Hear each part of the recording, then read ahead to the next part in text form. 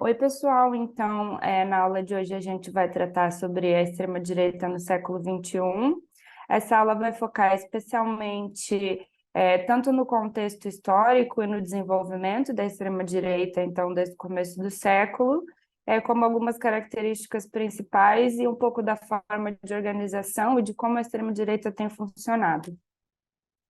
Então, a gente vai começar tratando com uma introdução e uma contextualização, então, do que seria a quarta onda da extrema-direita em relação com as três ondas que a gente já viu, na aula anterior.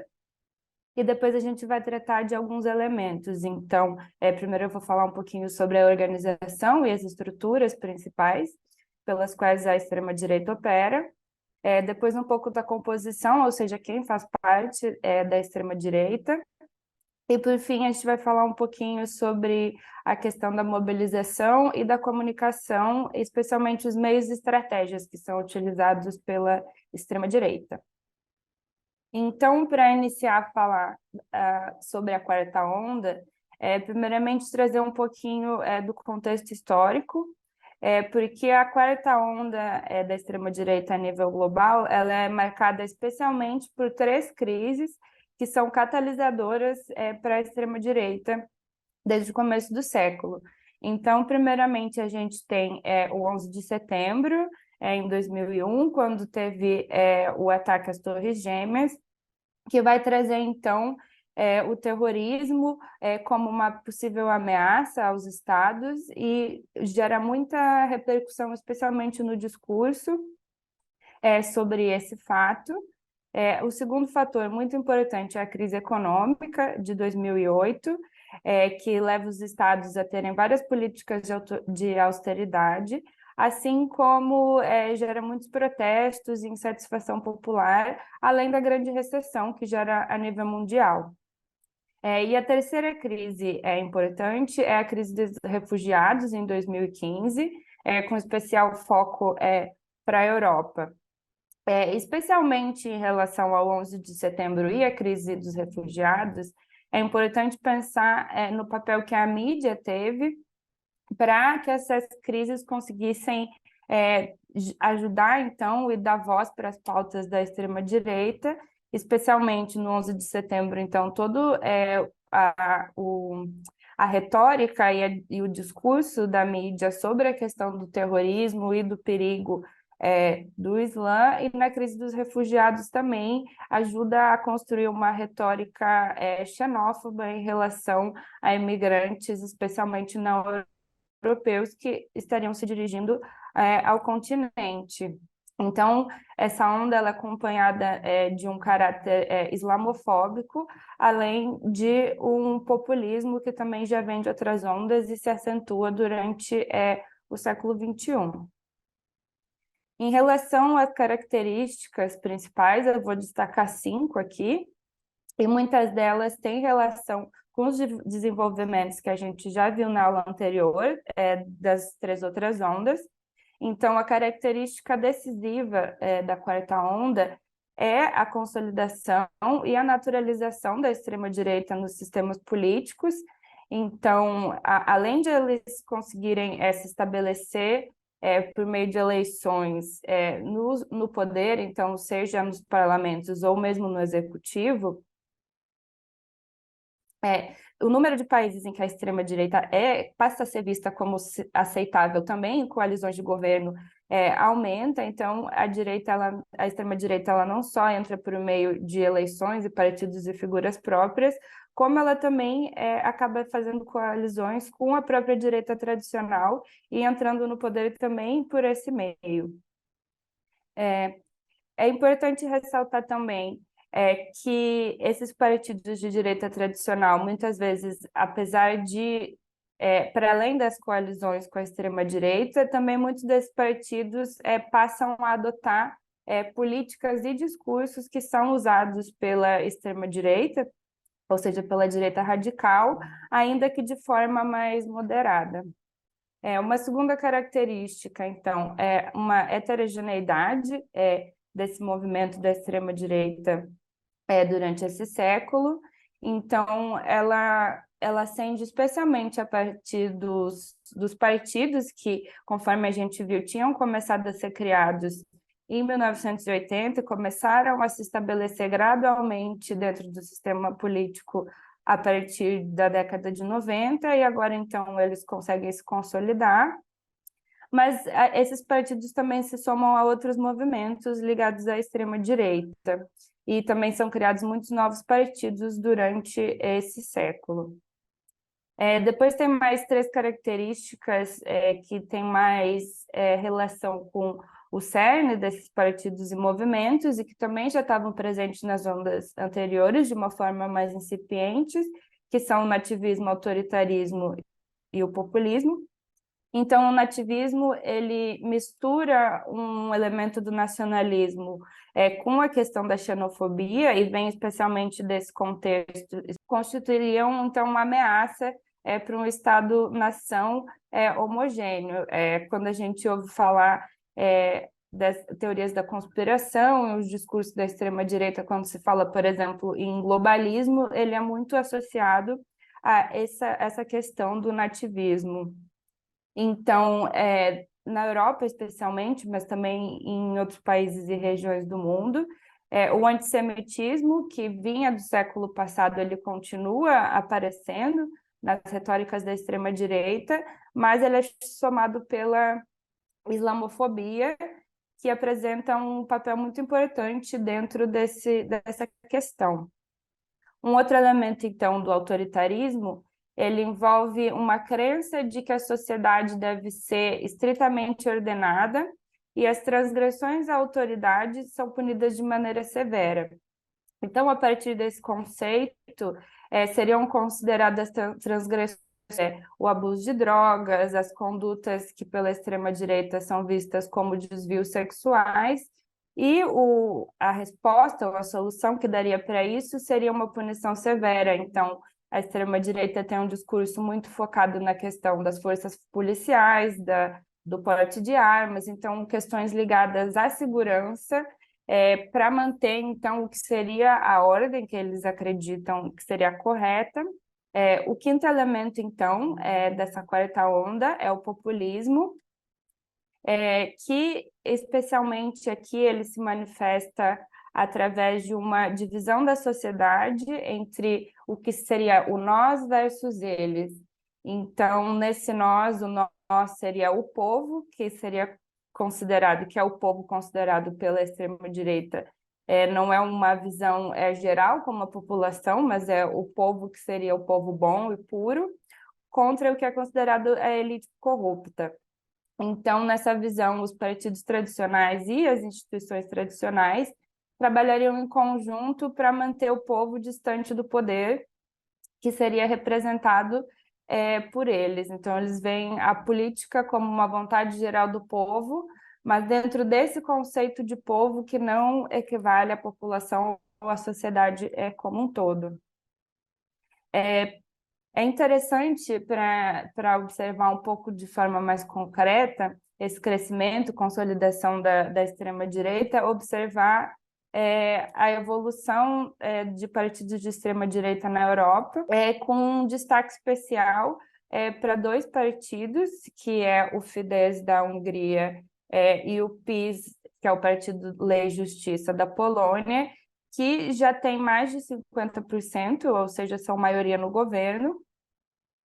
E desses dois casos, o mais emblemático é o da Hungria. Então, o Fidesz ele é liderado pelo Viktor Orbán, que é primeiro-ministro já há bastante tempo. Ele conseguiu chegar ao quarto mandato nas eleições do ano passado, em 2022. E durante esse processo em que o Orbán esteve no poder, a Hungria fez uma transição, então hoje em dia ela já é considerada uma autocracia e não mais uma democracia.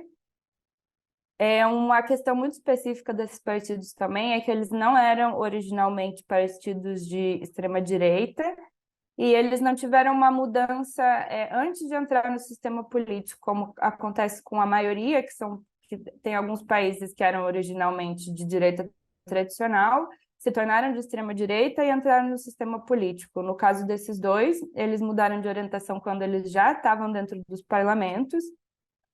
E no caso do Fidesz na Hungria, ele assumiu uma postura mais conservadora e nacionalista a partir de 2010. Em 2011, o Orbán também começa a fazer uma série de mudanças na Constituição que garantem mais poder a ele, então uma própria mudança dentro das instituições políticas para servir ao poder da administração. E no caso da Hungria ter sido acompanhado também mesmo por um cenário midiático que é dominado pelo governo. Então, a maioria das empresas de mídia e indivíduos ligados à mídia, eles têm alguma relação com o Fidesz. Então, o cenário midiático ele é homogêneo e, de forma geral, pró-governo, que acaba impactando também a opinião pública e ajudando o Orbán a se manter no poder. Depois de falar um pouquinho disso, eu vou passar a falar um pouco da organização da extrema-direita. Então, primeiramente, pensando um pouco nas principais estruturas pelas quais a extrema-direita funciona e que a extrema-direita utiliza. E a questão da estrutura tem especial relação com a longevidade do partido. Ou seja, partidos mais antigos conseguem ter uma estrutura mais organizada e mais complexa, enquanto partidos mais novos ainda têm uma estrutura um pouco diferente, mais incipiente. É importante destacar também que muitos desses partidos, especialmente os mais novos, dependem de financiamento estatal, então, por isso também se torna ainda mais importante que eles entrem no parlamento para conseguir esse financiamento. E eles também têm mudanças muito rápidas, então alguns partidos, quando não conseguem vitória na disputa eleitoral, se tornam movimentos, outros, quando são derrotados, continuam na corrida eleitoral, então tem mudanças muito rápidas nessa questão. Um partido a se destacar é o BJP da Índia, que é o Partido do Povo Indiano. Ele foi fundado nos anos 80. Apesar de ser um partido um pouco mais recente, ele se assemelha aos partidos de massa do século XX. E apesar de ter sido criado na década de 80, em 1996 ele já consegue se tornar o maior partido do parlamento. Isso é especialmente emblemático porque o cenário político da Índia ele foi dominado por décadas pelo Partido do Congresso Nacional, que é um partido antigo que surge do movimento do Mahatma Gandhi no século XIX, e ele manteve a maioria e dominou o cenário político indiano por mais de 50 anos, sendo o BJP o primeiro e único partido a conseguir quebrar essa dominância, especialmente a partir da figura do Narendra Modi, que é primeiro-ministro desde 2014. E hoje em dia ele é o maior partido do mundo e conta com 100 milhões de afiliados. E nessa questão, vale destacar que o Partido do Povo Indiano ele é baseado no que é chamado de Hindutva, que é um nacionalismo hinduísta. Então, os hindus representam 80% da população, e esse partido, então, esse movimento visa uma sociedade homogênea a partir da identidade hindu, e isso gera uma perseguição às minorias muçulmanas no país. Apesar de a extrema-direita ter um elemento anti-intelectual e contra o que eles consideram um marxismo cultural por parte da esquerda, eles também se organizam no campo intelectual e se posicionam como o que eles consideram uma reação ao sucesso da nova esquerda nesse campo. Então, existem diversas organizações com o objetivo tanto de renovar as ideias da extrema-direita, como a formar indivíduos e a formar ativistas. Essas organizações podem tanto surgir dentro de partidos que promovem, por exemplo, conferências e formações, existindo também outros grupos que têm um foco maior na educação, por exemplo, a partir da distribuição de livros e revistas. Também tem o elemento das think tanks, que nos Estados Unidos, especialmente, é muito forte. E, de forma geral, essas organizações, então, elas se opõem ao multiculturalismo, e muitas delas têm um caráter também identitário. E têm conseguido quebrar um pouco, nos últimos anos, essa questão mais de estrutura formal e também começado a levar essa política e essas ideias tanto para as ruas quanto para a mídia. Então, falando de mídia, o segundo tipo de organizações que dá suporte para a extrema-direita, então, são também organizações de mídia. A extrema-direita ela sempre teve organizações midiáticas próprias, mas antigamente elas costumavam ser, em maioria, vinculadas ou a partidos ou a movimentos, então elas tinham um alcance muito limitado. Entretanto, na quarta onda, então, no século XXI, muitas organizações de mídia surgiram, especialmente em consequência de dois fatores. Primeiro, a questão da consolidação e do sucesso da extrema-direita durante esse período, e segundo, é por causa da emergência das redes sociais, que tornaram muito mais fácil essas produções. Nos Estados Unidos, por exemplo, isso acontece através de diversas páginas de caráter neonazista, supremacista, conspiratório, que chega até a mídias mais organizadas e com uma estrutura mais institucional. E esses veículos de mídia que foram criados pela extrema-direita, no geral, eles se opõem à mídia tradicional, alegando que eles passariam as notícias reais e a verdade e que não teriam censura. Então, eles apresentam essa oposição e essa quebra com a mídia tradicional, se apresentando como uma alternativa, na verdade. Outro núcleo de organizações, então, são as organizações políticas e os movimentos sociais.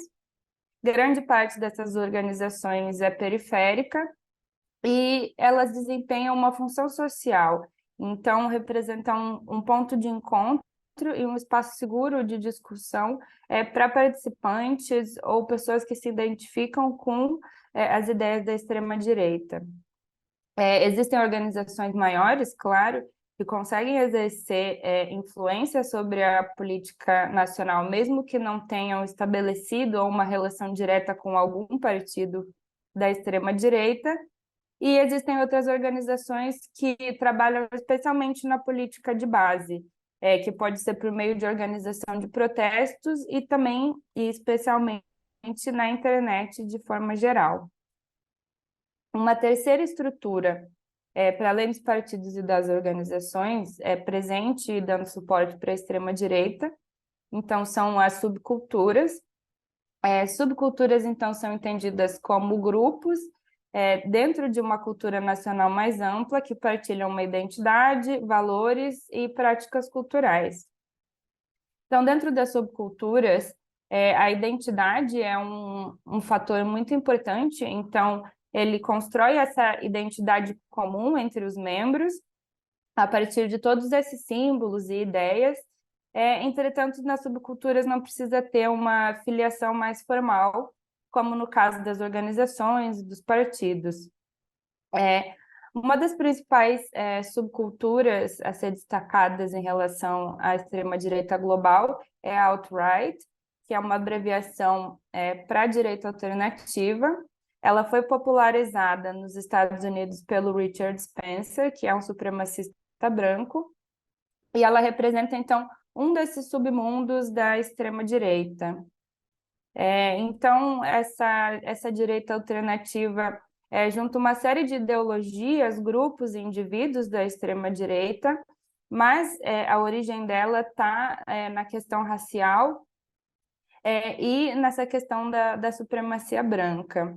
E também se apresenta contra o que eles consideram forças multiculturais.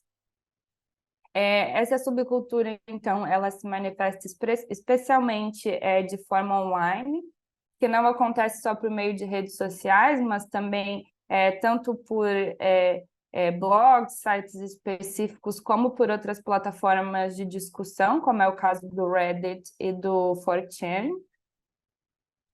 E foi especialmente encorajada pela vitória do Trump, que a partir disso eles conseguem sair também um pouco do mundo virtual e aparecer de outras formas, como por meio de protestos. Em seguida, eu vou passar, então, a falar um pouquinho sobre a composição da extrema-direita, tentando responder quem faz parte da extrema-direita, falando um pouquinho tanto do lado das lideranças, como do lado dos participantes. Sobre as lideranças, no senso comum, se tem muito uma ideia de que a extrema-direita é representada, no geral, por homens brancos, heterossexuais, muitos com passado militar, como no caso do próprio Bolsonaro e do Jean-Marie Le Pen, na França. Mas é importante pensar que essas lideranças, conforme a extrema-direita tem se desenvolvido e se consolidado, e, enfim, abrangendo um público mais amplo e diversos setores da sociedade, essas lideranças também têm se diversificado um pouco. Muitas delas compartilham uma trajetória comum, que, por exemplo, o caso do Jimmy Atkinson na Suécia e o Tom van Grieken na Bélgica. Eles eram jovens de classe média que entraram para as alas juvenis de partidos, foram crescendo até se tornarem políticos. Acontece em muitos casos da extrema-direita, é uma trajetória bastante comum. Entretanto, também se vê uma presença crescente de mulheres dentro das lideranças de extrema-direita. Eu acho que o caso mais conhecido provavelmente é o da Marine Le Pen, que é a figura principal da extrema-direita na França, mas também tem algumas variações, como no caso da Alice Weidel, da AfD na Alemanha, que além de ser uma mulher, ela é abertamente homossexual e casada com uma mulher do Sri Lanka. Então, esse perfil tem se diversificado ao longo do desenvolvimento da extrema-direita, ainda que, apesar de existirem esses elementos, isso não significa que essas lideranças vão necessariamente defender os direitos desses grupos. Então, uma coisa não leva a outra dentro da extrema-direita. Falando um pouco, então, sobre os participantes e quem faz parte da extrema-direita, primeiramente, temos o elemento do eleitorado. Então, inicialmente, na Europa Ocidental, os partidos de extrema-direita, eles atraíam especialmente pequenos grupos de eleitores que estavam insatisfeitos com a direita tradicional. Já o avanço da extrema-direita nos anos 90, ele acabou sendo uma consequência de uma proletarização do eleitorado. Então, esses partidos passam a ter um aspecto mais voltado aos trabalhadores, especialmente em um contexto que os trabalhadores brancos se sentiam abandonados ou traídos pelos partidos social-democratas, seja em consequência da adoção de políticas voltadas ao mercado ou pela defesa de valores cosmopolitas. A gente pode também pensar na precarização e nos processos que vêm tanto da globalização como tem um caráter neoliberal, mesmo a questão dos Uber, a questão do Uber é um exemplo muito claro dessa precarização.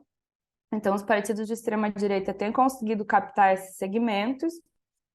Entretanto, com o crescimento do movimento, esse eleitorado também tem se tornado mais heterogêneo. Além da classe trabalhadora, também pode incluir grupos amorfos, como o que opta pelo nenhum nem outro. Então, pode votar na extrema-direita não só por uma ideologia, mas também como uma oposição a quem está no poder ou a outros grupos predominantes no cenário político. E quanto mais popular for o grupo de extrema-direita ou partido, mais diversa vai ser a base de apoio. Um segundo elemento entre os participantes, então, são os militantes e os ativistas. É preciso fazer uma diferenciação entre a direita radical e a direita ultra-radical, especialmente em relação à visão que esses dois grupos têm sobre a democracia. Então, enquanto a direita radical ela apoia a democracia, pelo menos na teoria, esse segmento ele se opõe às principais instituições e atores da democracia, seja as instituições, como os partidos tradicionais, seja questões como o direito das minorias, o Estado de Direito, a separação de poderes. Já a direita ultrarradical, ela rejeita a própria essência da democracia e a ideia de igualdade política e do governo da maioria. E também é interessante pensar, diversas pesquisas já tentaram construir alguns perfis de quem são os participantes da extrema-direita. Em algumas delas conseguiram chegar a alguns perfis, 4 principalmente. Então, nessa divisão, haveria um primeiro perfil que é chamado de revolucionários, que seriam participantes que demonstram, então, um compromisso de longo prazo com a política da extrema-direita. Um segundo grupo seria o de convertidos, então, compõe pessoas que costumavam acreditar ou até mesmo militar nos partidos tradicionais e acabam se desiludindo com esses partidos e aderindo à extrema-direita posteriormente. Existem outros grupos que são chamados de andarilhos, que participam de diversas iniciativas, mas não só dentro, também fora da extrema-direita, então na política de uma forma geral. E existe também um grupo de complacentes, que o ativismo na extrema-direita não vem como uma escolha pessoal, mas advindo de outras circunstâncias externas, mesmo como, por exemplo, laços familiares ou relações em outros grupos sociais. Então, o último aspecto que eu vou tratar sobre a extrema-direita é a questão da mobilização e da comunicação, pensando tanto em meios de mobilização como em estratégias utilizadas para isso. Pensando em meios, então, eu vou destacar especialmente 2, que primeiro, a questão das eleições.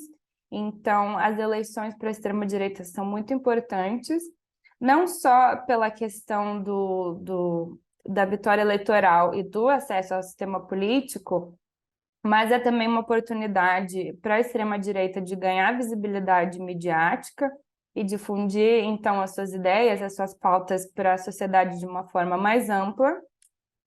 E, normalmente, então, a captação eleitoral é feita por meio da mobilização das insatisfações e dos ressentimentos latentes na sociedade, seja em relação à economia, seja em relação aos refugiados. Então, a extrema-direita consegue captar esses elementos eleitoralmente. O segundo meio muito importante e que tem crescido exponencialmente no século XXI são as manifestações, os protestos. Para muitos grupos da extrema-direita, os protestos são uma atividade muito importante, especialmente porque não são só eventos políticos, mas tem também um caráter emocional. Então, esses protestos eles acabam servindo para várias funções. Primeiramente, eles juntam grupos que muitas vezes não estavam organizados, mesmo pessoas que são mobilizadas por meio da internet, das redes sociais e nunca tinham participado de nenhum protesto, e transformam esse grupo, então, em uma coletividade, tanto emocional quanto em termos ideológicos, servindo, assim, para educar, organizar e doutrinar esses seguidores e ativistas. E tem uma diferença fundamental entre grupos maiores e grupos menores, que os grupos e movimentos maiores, eles tentam realizar grandes manifestações, especialmente para influenciar a opinião pública e fazer pressão política com a sua agenda, enquanto grupos menores, no geral, têm um único objetivo, que é atrair a atenção da mídia tradicional e transmitir, por meio disso, a sua mensagem para um público mais amplo. Por exemplo, e vai envolver, então, uma questão tanto de identificação quanto de pertencimento. Por exemplo, uma pessoa, ao ver uma manifestação acontecendo pela televisão, se identifica com essas ideias e percebe que não está sozinha e que isso é um movimento e que tem mais pessoas que pensam como ela. Então, consegue, assim, mobilizar e construir novos públicos e atrair mais gente para dentro do movimento. Então, um fator importante para a mobilização são as redes sociais, então, que aparece como um terreno fértil para a extrema-direita. A gente pode relacionar as redes sociais com as estruturas de organização que eu mencionei antes, então as organizações elas podem ser reproduzidas para dentro das redes sociais, sejam as organizações intelectuais, sejam os canais de mídia, ou seja, as políticas que fazem um trabalho de base. Então, as redes sociais dão um terreno para se fazer tudo isso de uma forma muito mais rápida e alcançando um público muito maior. E, além disso, é importante a gente pensar que as próprias características das redes sociais, elas facilitam também essa difusão da extrema-direita. Por exemplo, as redes sociais têm uns mecanismos que fazem com que se gere o que são conhecidos como filtros de bolha. Então, dentro das redes sociais, as pessoas acabam recebendo mais do mesmo e vivendo, então, em bolhas ideológicas, onde recebem sempre o mesmo tipo de informação. Além disso, também tem a questão da automação, ou seja, a utilização de bots ou perfis falsos, que fazem com que a extrema-direita consiga pautar algumas questões dentro das redes sociais. Então, facilita muito mais essa circulação. Para encerrar a nossa discussão de hoje, eu vou só trazer aqui alguns elementos da estratégia da comunicação do Donald Trump, que são 5 características centrais que podem ser vistas nas estratégias gerais de comunicação da extrema-direita. Algumas não usam todos esses elementos, mas, por exemplo, quando a gente pensa na estratégia do Bolsonaro, ela é muito semelhante à do Trump. Então, o primeiro elemento dessa estratégia é a desintermediação, ou seja, são líderes que fazem uma comunicação direta com o público por meio das redes sociais e conseguem, por meio disso, também enfraquecer a confiança na mídia tradicional, uma vez que se apresentam como a verdade e dizem que estão mostrando coisas que a mídia não mostra, então fazem também esse contraponto com a mídia. Um segundo elemento é uma campanha permanente, então, mesmo quando estão no governo, as atividades de campanha elas não param, e tem sempre uma alimentação da base e dos apoiadores, especialmente através do culto da imagem política do líder. A terceira estratégia é a do homem simples, então se usa recursos, seja de linguísticos ou mesmo visuais, para criar uma relação de empatia com as pessoas e passar uma imagem de que é um homem humilde. Um exemplo muito clássico disso as lives que o Bolsonaro fazia, que muitas delas ele aparecia em casa, de camiseta, bermuda, com um prato, com pão, com leite condensado, uma caneca de café. Então, isso ajuda a gerar uma maior identificação com a figura do líder e acaba contribuindo também para uma política de entretenimento, tira um pouco da formalidade da política e também uma despolitização. O quarto elemento, então, é o uso de retórica incendiária, então, seja por meio de linguagem de ódio e de violência em relação a outros grupos, seja por reforçar a divisão, então, uma linguagem divisiva que, de novo, funciona naquela lógica do nós e eles, então, enquanto une o grupo da extrema-direita, também coloca ele em oposição ao que seriam os inimigos. E, por fim, com essas 4 estratégias juntas, resulta numa quinta, que é obter cobertura midiática gratuita. Ou seja, a partir dessas declarações polêmicas e todos esses elementos, acaba capturando a atenção da mídia E então ganhando mais espaço, e novamente, como a gente já viu durante a aula, é conseguir alcançar um público mais amplo com esses discursos, uma vez que a mídia tradicional acaba chegando a setores que não consomem esse tipo de informação. E acredito que é isso por hoje.